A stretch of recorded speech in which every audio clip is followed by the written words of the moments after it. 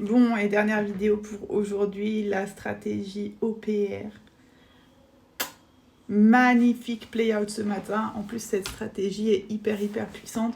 Quand on trade à ATH, pourquoi? Parce qu'on ne sait pas trop où target et du coup, les standards dev projetés, par exemple, sur l'opening range peuvent vraiment vous donner des bonnes indications. Donc, je vous emmène avec moi sur le graphique et on voit ça.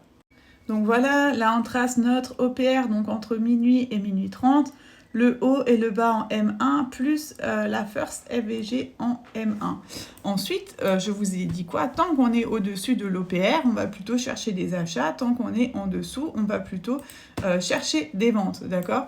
Donc là, on voit très clairement qu'à aucun moment, il n'y avait aucune raison de vendre, en fait, d'accord? Et ensuite, on peut projeter une standard déviation sur l'OPR pour déterminer des targets. Donc vous voyez bien ici 2,5, 2 de standard déviation, 2,5 de standard déviation, et vous voyez qu'à chaque fois, on touche les 2, on rejette. C'est normal. On touche les 2,5, on accumule. On touche les 3, on accumule. On touche les 3,5, on accumule. On fait une petite manip, on repart, et maintenant, on est sur les moins 4 de standard dev. Donc, quand presque moins 4,5 qui est là.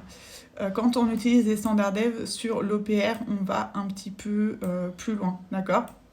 Donc ici, on a en jaune 2 zones qui ont été clés ce matin. Donc ici, on voit qu'on a une manipulation, d'accord, qui se fait pendant la macro. Alors d'abord, macro de 2h50, 3h10, fait une manipulation en dessous de ces bas-là.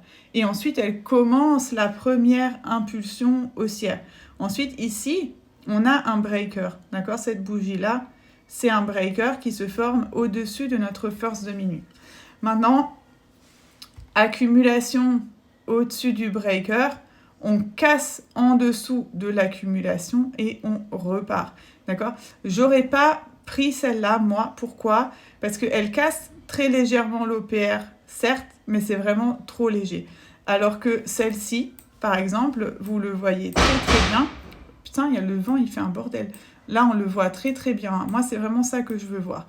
Je veux voir en M1 une cassure de notre OPR high.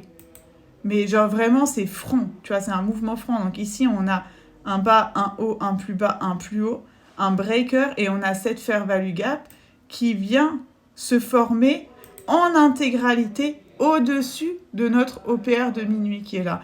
On accumule dedans, on touche une dernière fois l'OPR de minuit, on part. D'accord? Et comme par hasard, et c'est ça ce que je vous dis tout le temps, en fait, vos fair value gap à haute probabilité,